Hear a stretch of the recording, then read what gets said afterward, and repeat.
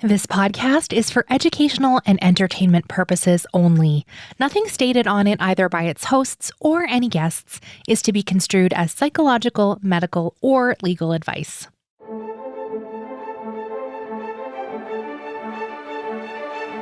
You're listening to Adoptees On, the podcast where adoptees discuss the adoption experience. I'm Haley Radke.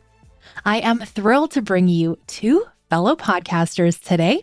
Dr. Samantha Coleman and Sandria Washington are our guests from Black to the Beginning. They share their stories of being friends who just coincidentally found out a few years apart in adulthood that they also were both adopted. We talk about the lack of resources for same-race Black adoptees and how Dr. Sam and Sandria are working to build the community and supports they wish they had had when they first found out they were adopted. Before we get started today, I wanted to invite you to help support our transcription project. If you go to adopteeson.com/donate, you can see how much we've raised towards our goal of $20,000 to cover the cost of transcribing the entire back catalog of Adoptees On, which will help support more adoptees around the world by being more accessible. We would love your support for that project, adopteeson.com/donate.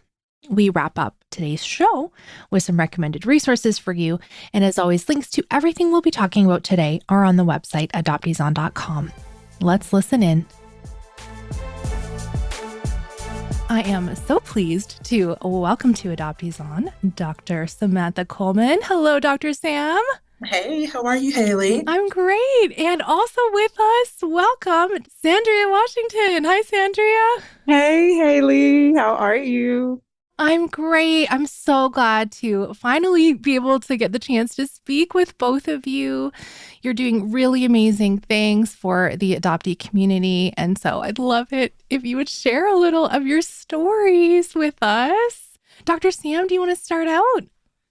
Absolutely, I can start. But Haley, I want to say to you that I have a little bit of a girl crush on you because when we were first starting out, we were looking at various podcasts and it was like Adoptees On, like Yes. They are on point. So I just want to let you know that you've been doing phenomenal work as well and have definitely been an inspiration. So want to say that first. Thank you. In terms of story, it's such a long one, so I'll try and bottom line it, if you will. But I am a late discovery adoptee. I found out at the age of 26 that I was adopted. Or I'm going to say the majority of my life really felt sort of out of place within my family, could never really put my finger on why I felt that way. I made up a ton of reasons why I felt different. I was constantly looking into the face of my mother, not being able to find any resemblance. So telling myself that I looked more like my father based on skin tone, personality, things of that nature. So finding out at 26 and having it confirmed, if you will, that no, I do not belong to these people was definitely a mind-blowing experience. At that time, I really didn't know how to react. I think you get that type of news and you're just stuck for a second. But I remember vividly getting into my car, getting ready to drive home, and like the flood of tears just came to the point where I could not drive. So I called my husband, let him know this news. I'm like screaming at him in the phone. Oh my God, I'm adopted. And it's like, what? Just come home.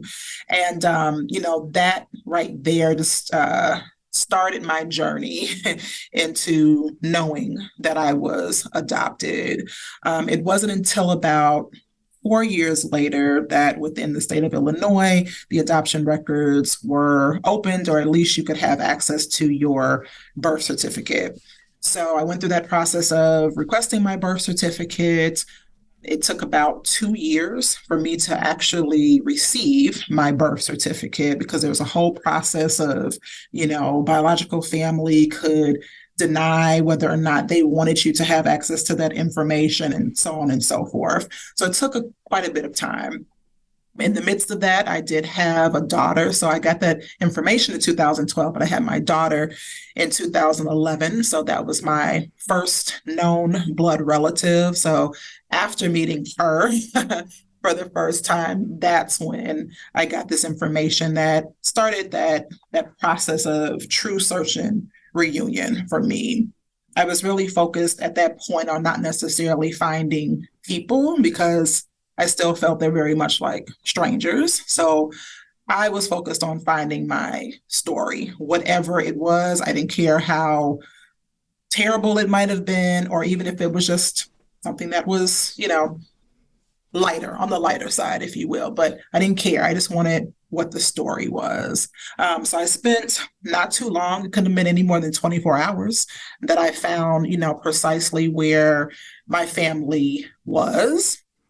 I went about the business of contacting individuals. So I did all of the calling, the letter writing. I finally had an aunt who was willing, if you will, to give me a little bit of insight about my family. And then she quickly swore me to a bit of secrecy as well, not to make contact with additional family members.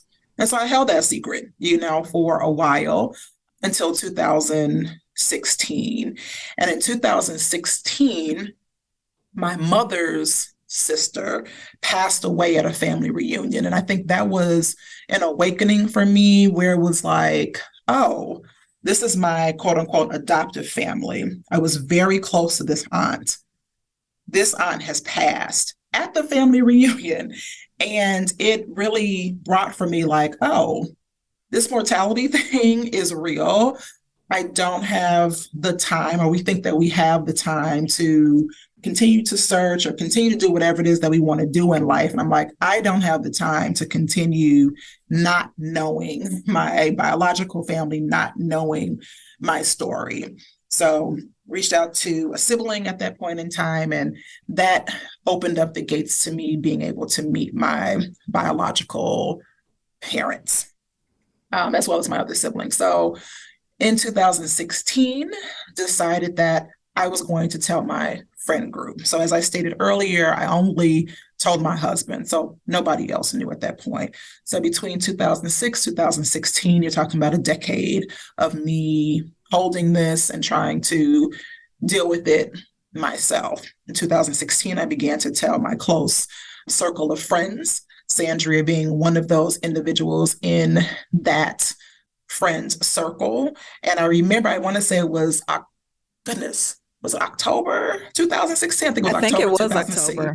Mm-hmm. October 2016 is when I told Sandria, and we were on our way to an award ceremony. She was getting ready to be honored. And I dropped it on her. And I always end here because I think that's the segue into how Sandria comes into this mix. But that's the Cliff Notes version of Dr. Sam's story. Yeah. And your adoptive mother is the one that did tell you that you were adopted. Yes. Yes. Okay, Ooh. Sandria. That is a story. Oh my goodness. I can still remember the day that Dr. Sam told me her story, being in the car. And it's so crazy thinking about it in hindsight because, she literally dropped this information on me. And at the time, I just didn't feel the weight of it. And, everything that she just shared with you, it just didn't hit me the same way. Of course, that was 2016. I would not find out that I was adopted until 2 years later.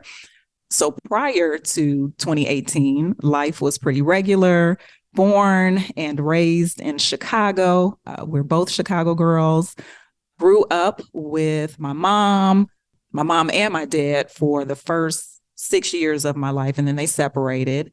And then an older brother. I have an older brother who's 10 years older. So for most of my life, it was me, my mom, my older brother. Because he was so old, I pretty much was raised like an only child because he did not hang with me. We did not kick it like that. So kind of felt like the only child. Similar to Dr. Sam, growing up with those feelings of just feeling different. I experienced a lot of sadness, just insecurity, a few different reasons. I did not look like, let alone anybody in my family, just other people. I am extremely tall. So you guys listening, you can't see that, but I am almost 6 feet tall. I've been tall since I was a baby. So did not look like my 5'2" mother or, my brother or my father. Had different features, but people would always tell me growing up that I looked just like my mom. And so just dealing with insecurities of body image, but a lot of the insecurity was emotional, just not being able to put my finger on it. So fast forwarding through life, 2017, a cousin of mine sends me a message via Instagram telling me that I'm adopted. This is about 6 years after my mother had passed. So by this point, both my mother and my father are deceased. Her message is the first time I'm hearing anything like this, and I didn't know what to do with it. I wasn't sure of her intention with the message because there was a little bit of family friction. And so I wasn't sure if she was just saying something to be hurtful or if it was indeed true. So I kind of sat on it. I sat on it for about 3 months.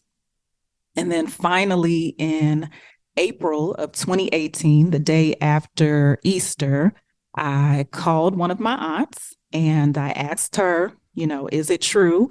And she confirmed that it's true. I'm adopted. She didn't have a lot of details.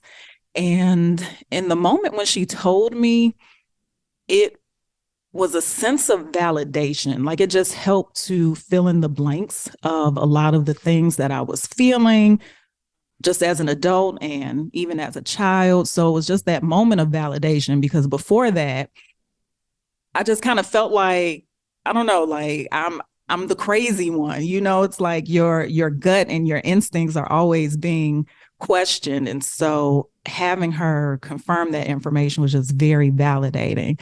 And so after I got the information from my aunt, I called my older brother. He confirmed it as well. He had a similar story that he didn't have a lot of details. And then after that, I went to dinner with a friend of mine, had some nice Jamaican food, some rum punch, and just tried to let it all settle. And then the next day, I woke up just extremely angry. I had a hard time believing that no one had any information after 38 years, that no one had any details. And so I was just very angry, but also very determined to get answers myself. And so that day, I started my Google search. Step one, how do I get my original birth certificate? Figured out how to do that, sent off for it. It came back about 2 weeks later. I filled out the health questionnaire, sent that off, and about 2 weeks after that, received a questionnaire back. They had found a birth relative, and I had all of her health information.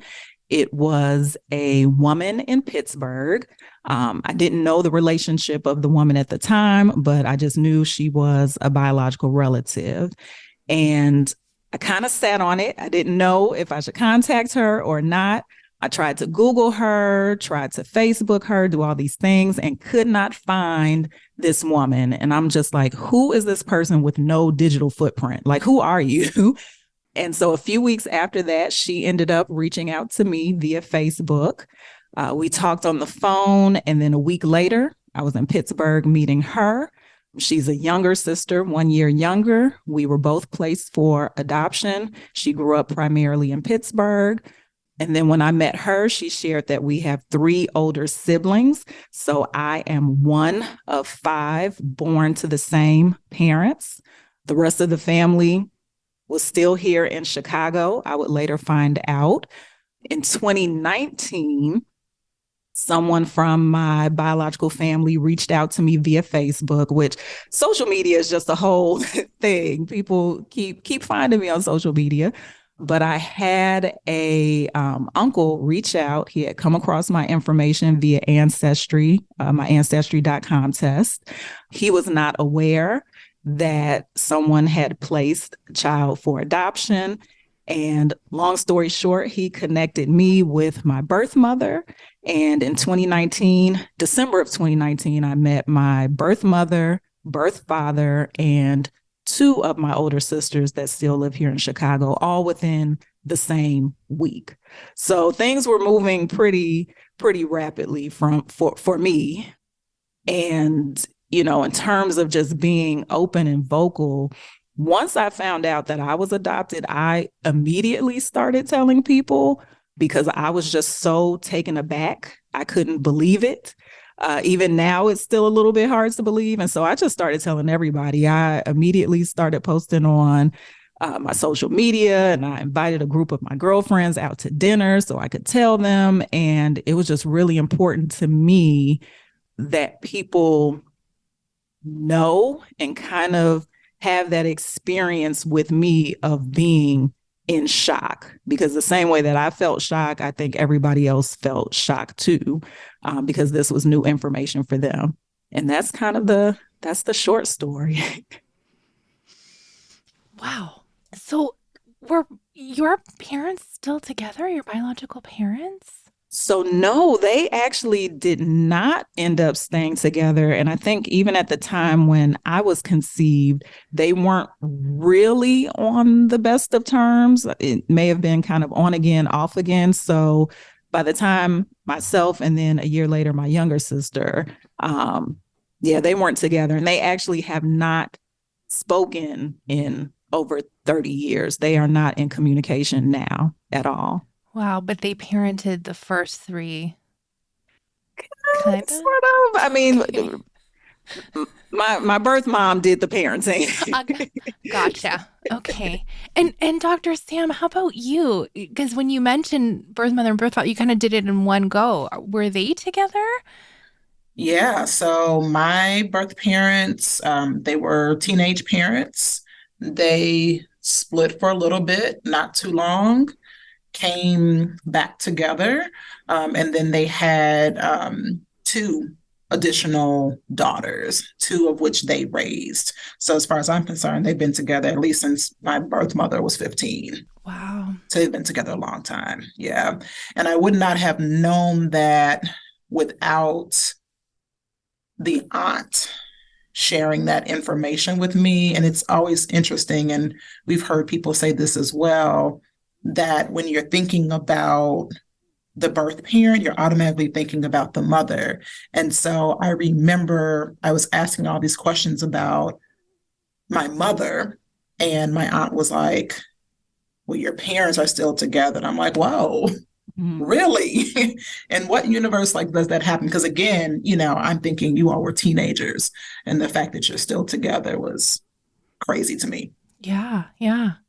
Well, I mean, both of your stories are unusual in that I feel like late discovery adoptees is a little bit more of an unusual story than your friends and connected. And, so Sandria, you have this resource in Dr. Sam. What were your first conversations like together when you were newly unpacking this? I'm trying to remember because I know I reached out, but it doesn't stand out. But I do remember that she was one of the first people, because it was just it immediately brought back 2016, because I think in between those 2 years, we hadn't really talked about her story a lot. It just wasn't something that, just came up in regular conversation. We would just do our regular girlfriend thing. But once my story came up, it's oh, snap. I know somebody who has lived this. Mm-hmm. And it's interesting too, when I think about our conversations, because we've recently, Haley, been talking about this, what were, our conversations, what support, would I have been looking for, right? Yeah. And I was sharing with Sandra, and I think where we differ a little bit too, is that I was not as open about it. And I liken that to a couple of different reasons. So by nature, I'm private, but so is Sandria, but I'm definitely a private person. And then also, too, which I know a lot of adoptees struggle with, is that my adoptive parents were still around. And so for me, it was about still being respectful of that relationship with them, not telling too much of their business. Like it was one of those things. And I've often heard adoptees say, like, they don't even start search and reunion until parents are, deceased. So I think for me, it was just like also being very conscious of that relationship. And then even when I did start, like I said earlier, being even told by biological family, let's keep this quiet, right? So almost like, how do I respect everyone's feelings here until I finally just hit that boiling point? Like, this is about me at this point. I can't continue to cut myself off and be silent. Well, I really appreciate the platform that you both decided to start. And I remember one adoptee interview I did with a Black adoptee. I mean, so many of them are transracial families. And I remember at some point, she reveals she's a same race adoptee. And I was like, oh, like, Yeah. I had that same, like, oh, I didn't even think of that, which is, stupid. Of course, there are same race adoptees in the Black adoption community. But when you guys were looking for resources and support and things online, what'd you find, Sandria? So there was nothing, there was nothing there. And it's crazy because I'm like, okay, me and Samantha are not the only two Black adoptees raised in Black families. Like, that's just not possible. And I remember 2018, April of 2018, started like just, putting in hashtags and put in the hashtag Black and Adopted. And it came up with 2 hits, and neither of them had Black people. And I just went down this rabbit hole, and you would see a lot of things about like Black animals and dogs and just crazy stuff, but it just wasn't associated with Black adopted people. And so as we, got into doing this work, we formed Black to the Beginning in 2019, and it was like trying to find a needle in a haystack. I would try to find, the online support groups in different communities, and most of them catered to transracial adoptees. So even if you found a space where there were other Black adoptees, they had a different experience. And so just trying to find a space for same race, it didn't exist at that time. So once we went public with Black to the Beginning, I think we came on Instagram in May of 2019. That was one of the first things. Like, it just wasn't a thing. And of course, now, in 2023, it looks a lot different. There are groups that, either speak specifically to Black adoptees, whether same race or transracial, but there's also some same race Black adoptee groups as well. But in 2019, that didn't exist. And so for us, that was a huge problem. And that's what kind of forced our hand and like, okay, we don't know what we want to do. We're not exactly sure what Black to the Beginning is going to be, but we know that it needs to be something, because there are no spaces, no stories being told about same race Black adoption. So whether you are a Black adoptive parent or you're the adoptee, or if you're in some type of kinship situation, like, those conversations were not happening on a large level. And so we knew we wanted to do something to bring that to the forefront. And Dr. Sam, so you trained as a therapist, so you've got that expertise in your background as well. And I went to your presentation, both of you, when you presented at the California Adoption Conference, and you were talking about Black adoption in pop culture, and it was great. Like, it was like 10 out of 10. If you can see that, go back and see. Thank you. Thank you for coming. Oh my gosh, it's so fun. Got to vote. It was great. But I'm curious if you can talk us through a little bit about this myth that Black people don't adopt. And from my understanding is that there are lots of informal adoptions and in Black families, and it's just not, like labeled with the word adoption. And when I was trying to research baby scoop era and stuff, I'm like, were there Black birth mothers forced to give away their babies? And I understand that a lot of the maternity homes were segregated, and there were some for Black mothers, but they were fewer, and that a lot of them did keep their babies. So can you talk a little bit about that, maybe some of the history and what you see as maybe why some Black people don't know they're adopted? Yeah, so that is so steeped in a lot of different things that Black people have experienced from a historical perspective. So I think first and foremost, like realizing that Black people do adopt formally. So going through private agencies and adopting children because that is what they want to do, either because they want to add to their existing family. So sometimes there is, again, this notion that Black people are adopting because they may have infertility issues. Not necessarily. We've come across families who actually had strong relationships with their church. We know that the Black church was actually encouraging Black families to adopt. And so Black families were actually saying, okay, well, we already have biological children. We want to add to our families in that way. On the flip side, you do also have Black families that did experience fertility, and they did see it as a viable option. We do also know that from a socioeconomic perspective, those families that were a little bit higher up socioeconomically were able to engage in more of the formal adoption decision.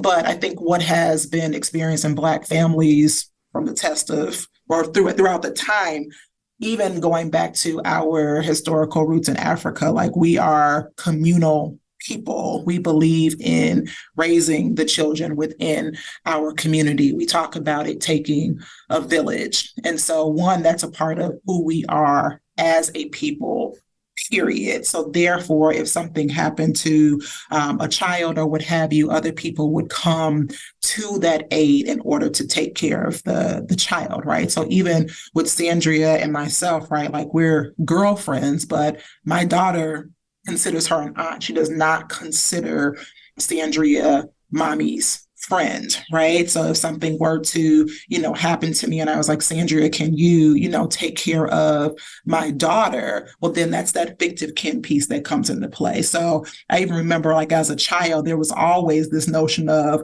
play mamas, play cousins, this whole thing, like that's just a part of like Black culture and what we, have done.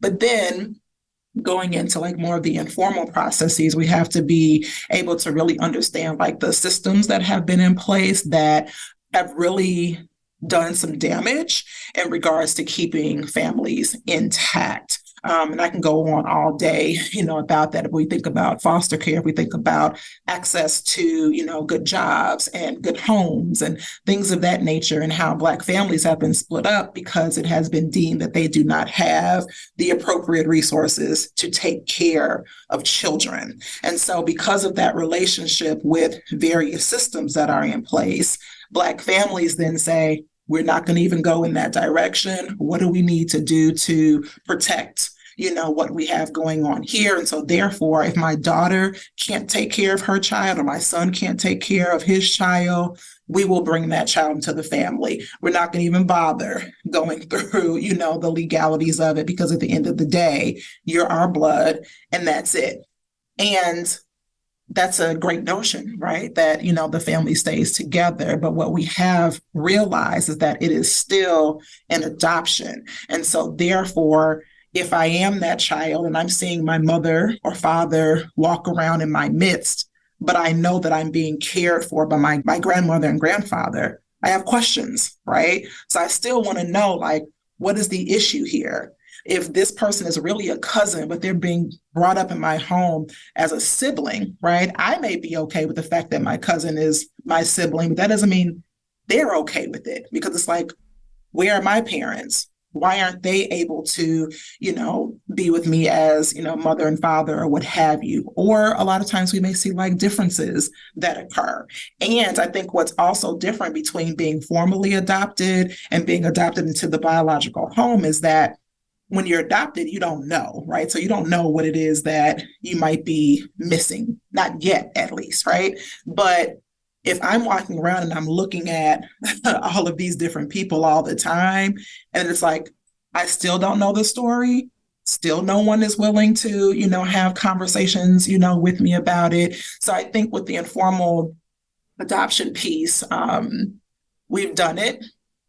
We will continue, to do it. And I think we're just at a point now that in order for Black people, especially those adoptees that grow up, right? Like we need to be at a place of emotional and mental well-being. And that begins with families acknowledging that even though we're blood, this is still an adoption. And we need to be able to attend to whatever it is that might come up for you around identity, around loss, or what have you, because it's just as valid. I think in terms of our work, because we understand that word adoption or adopted can be triggering, like it does still come with some shame, and people use it as a joke. Like it's not, nobody necessarily wants to be adopted or thought of as adopted. So when you talk about these informal adoptions and kinship relationships, it's probably more common than a lot of people realize, but people aren't self-identifying as an adoptee, even though they may have grown up in a situation where they're not being raised with their biological parents. They don't self-identify that way. And so with our work, we're trying to find or trying to be that bridge. So how do we get Black people to have an awareness around this conversation and actually see the similarities between someone like myself or someone like Dr. Sam and somebody who was raised with their grandparent? Like there's similarities there. And so I think, through the work, through the podcast, different stories that we've been able to share, trying to unearth those types of stories, that way you can bring it to the forefront and maybe even give people some language or some type of maybe confidence to say like, oh, this was my experience, like I am adopted. We actually had one guest who, it was almost like she had a light bulb moment during our conversation, because it's like, you know what, I am adopted. It wasn't formally, there isn't any legal paperwork, but everything that I'm experiencing is very much me being adopted. There just isn't any legal paperwork tied to it. So I think just trying to give people that awareness and an understanding that there shouldn't be stigma and shame, because as Dr. Sam mentioned, we've been doing this. We've been taking care of other people's children within the Black culture, but beyond the Black culture, we take care of others. And so I think some of that stigma and shame, it's almost like once adoption became something that could be commodified and, all these different rules and just systems around it, it's like, oh, maybe this isn't something we want to talk about so publicly, or, it's got that scent of shame on it, when in actuality, this is something that that we've always done, and we did it without shame. So it's how do we get back to that? Thank you. So I have a feeling we have some different perspectives on adoption here. I hear you describing those things and I think, oh my gosh, it's family preservation, right? Keeping the unit intact. And even if we're not talking about it, we should be talking about it. I hopefully know that is my biological mother. And even though she is not acting in my life as the mother figure at this time, so there's still some kind of knowledge. Like, well, that's better than stranger adoption, I hope, like, right? So I'm curious, through the years and all the different conversations you've had with, you speak with all members of the adoption constellation, and using constellation in that it's not just biological mothers and fathers or adoptive mothers and fathers or us, it's all the extended family as well. What are some of the perspective shifts that you have had over these years about your attitude towards adoption? You know, some of us call it like coming out of the fog, or, you know, finding this adoptee consciousness and different touch points in that. Have you had a perspective shift, Dr. Sam? A perspective shift. That's a good question. I think the perspective that I have held and hold in a lot of different areas of my life is that to each his own. And I think we have our perspectives based on our life experiences, based on various worldviews that have been shaped by a number of different things. So I remember when we were starting this work and looking at, you know, a lot of different resources and posts that were out there. So for me, for a point in time, it almost felt a bit scary, where it was like, yikes, there's so many people that think that adoption is, you know, this super terrible thing, that it is something that should be abolished, that adoptive parents really don't have any right to say anything or what have you. I just don't hold that perspective at all. The reason being is because of my background. I've seen a lot of nasty, like that is the best way that I can say it in terms of families and things that have, you know, been done. And I don't think that that sort of behavior or treatment of children is going to end anytime soon, unfortunately.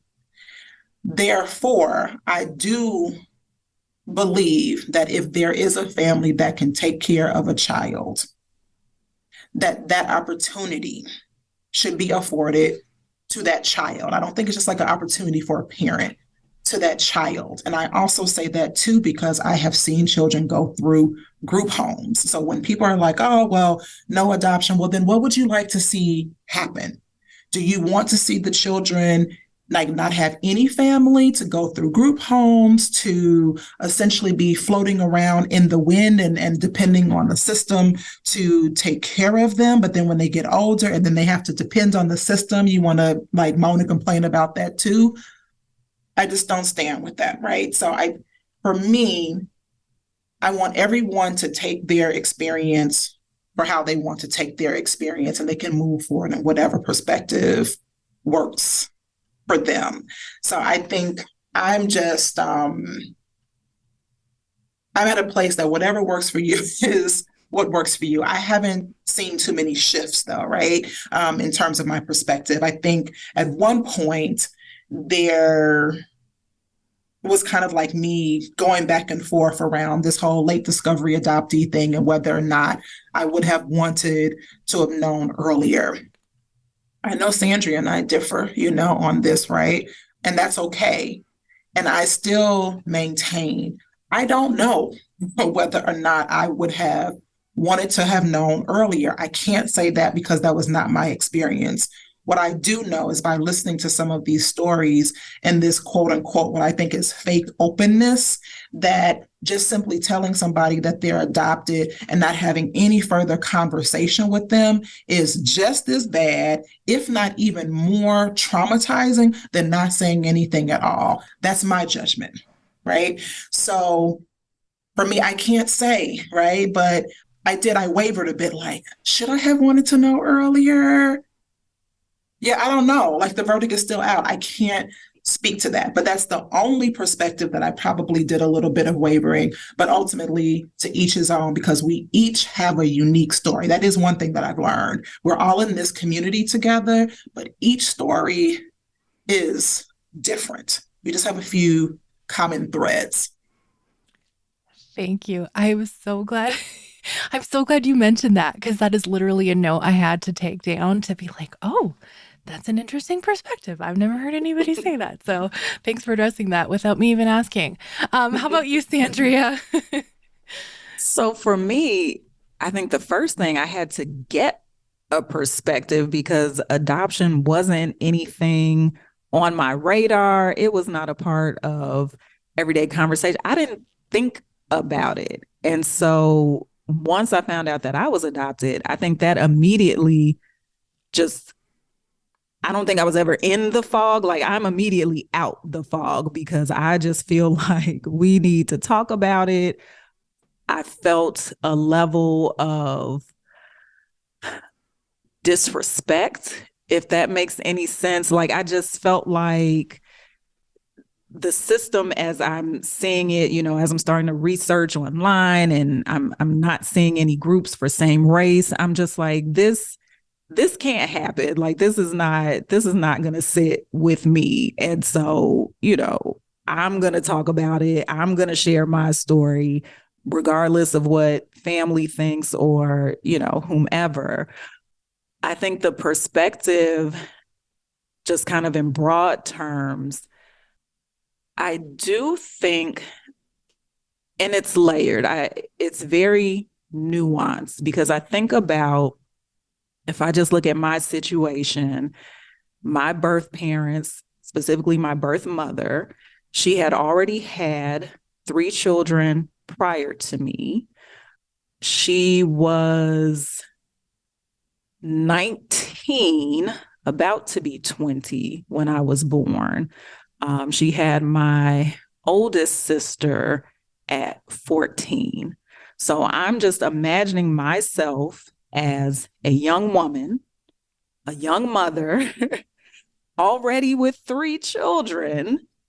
And now here comes a 4th child, and then a year later, a 5th. And so I'm just thinking about, and I don't know for certain, what her true feelings were. Maybe she really did want to keep all of her children. Maybe if she had more support, more resources, maybe that could have been a more viable option for her. But I do recognize that in some situations, some people are not ready to be parents, or they don't have a desire to parent.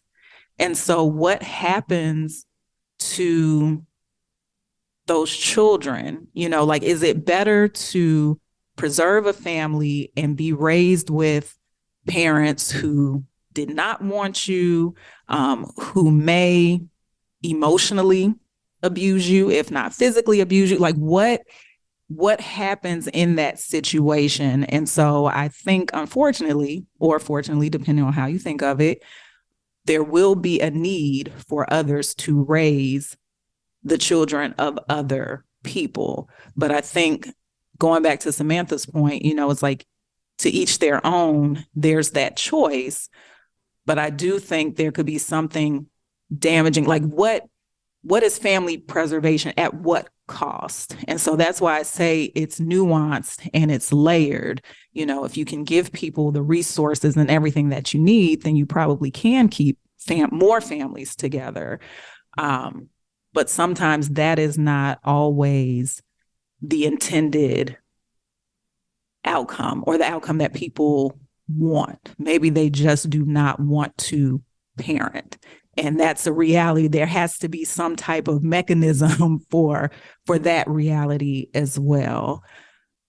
I would say beyond that, another shift is just being open to the other stories that are different from my own. So even with our podcast, we're not just speaking to Black adoptees who were raised in Black families. We are speaking to transracial adoptees. We're speaking to birth mothers and, adoptive parents. And so leaving space for people to share their experiences and their stories, even if their perspective might be a little bit different, because sometimes it can be hard listening to an adoptive parent and maybe they might say something that feels a little bit triggering or a little bit like, oh my God, that's what you think. But, that is what they think at that moment, and that's how they feel, and that's their experience. And so I think just allowing myself to be open to all the different stories. Thank you both so much for that perspective. I know it's, you've said things that listeners will be like, oh yeah, me too for that, or oh, not for me, or this, I know that there will be people on all sides of that. I am so excited to share your podcast with folks. I think Black to the Beginning as this concept that you have brought into the world is tremendous. And the conversations that you've had on the Black Adoption podcast are really tremendous. I've listened to several, and including an adoptive parent, and hearing their perspective was really helpful to me. I just appreciate how people show up for each other in those conversations. Like, I really feel like your guests are showing up for you and really engaging in very deep conversations, much like we've had today. And I just think the richness of that is just adding to the resources for our community. So, again, I started the show with this, but thank you so much for bringing these conversations and your network to the adoptee community. And I really so thrilled that this is available for folks. I don't know, there's just something about the vulnerability that bringing ourselves to these conversations in this place of a learner is so impactful. So thank you. I think everyone will get something really valuable if they start listening to your show. Is there like one or two in particular you want to point people to that you think Adoptees On listeners would really be like, oh yeah, we'll connect with this for sure? Oh, that's putting you on the spot. I know your podcast shows this is like every episode is my baby. I can't. Which one? Pick a favorite. Pick a favorite child. Right. I always remember them by names, not necessarily numbers.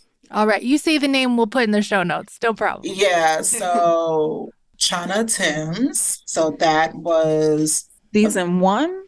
It was a season 1, I believe. So she's a biological mother. Christopher Lamarck, that was season 2 or season 1? I think he was season 1. Was he season 1 as well? Season 1 was on fire.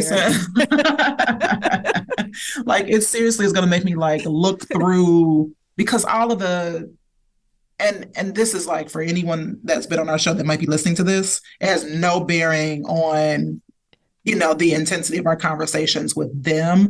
I'm just thinking about the ones that spurred me into action. And based on what you just said, Haley, I remember Chana Timms' episode spurring me into action because I had been estranged for a bit from my biological mother and my siblings. That particular episode moved me to action. So of course, the rest of our guests have been phenomenal. And to your point, the vulnerability that they give, to us is a true gift. So I'm just thinking about that because of my own life circumstance. But There's been you can't lose by listening to any of them. That's right. That's right. That's Yeah. amazing. Okay, Sandria, what do you want to recommend to us today?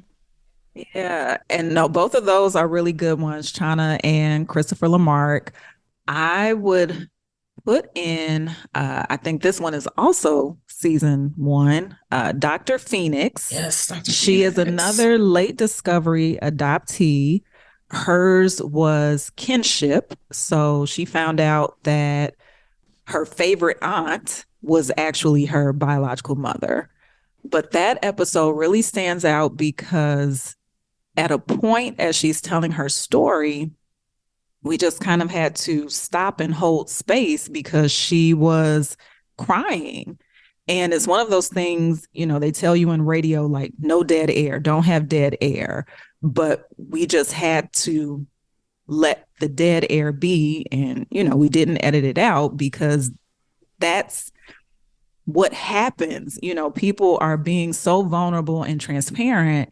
And for a lot of people, this coming to the podcast is their first time really telling their stories. So this was a moment, you know, I don't think she had ever really told it as comprehensively. And so as she's telling it to us, she's telling it to herself, and it just really moved her and just caused her to think about some things. And so for me, that was really powerful because it's a reminder.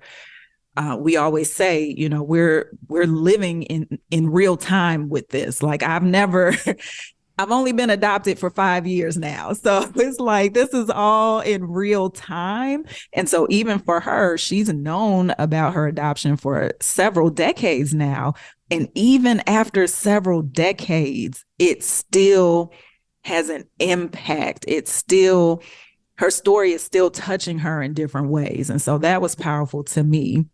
It's a sacred space, right? Yeah. It's like coming into a holy space. And then you're bringing, you know, whoever, you know, publicly is listening into that space. Mm-hmm. So we do not take it for granted at all. We are truly honored and humbled. And then I would just say, kind of on a fun note, this might have been season 3, Darius Colquitt. Very fun episode. Once you listen to the first 5 minutes, you already see that this episode is about to be a party. But he's another LDA, but just the energy that he was able to bring to his story.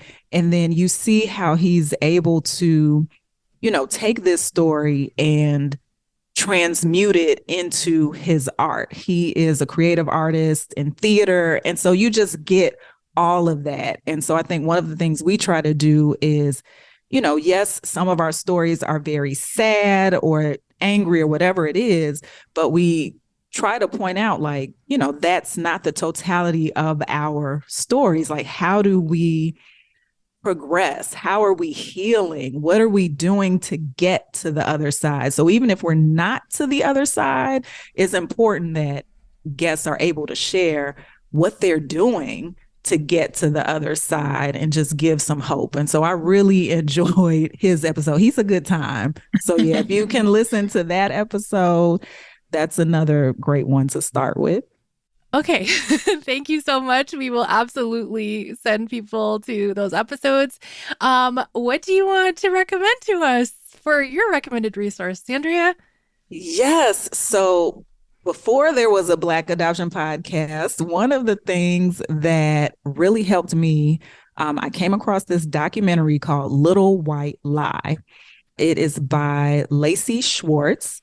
She is not an adoptee, but her story is so similar to that of a late discovery adoptee.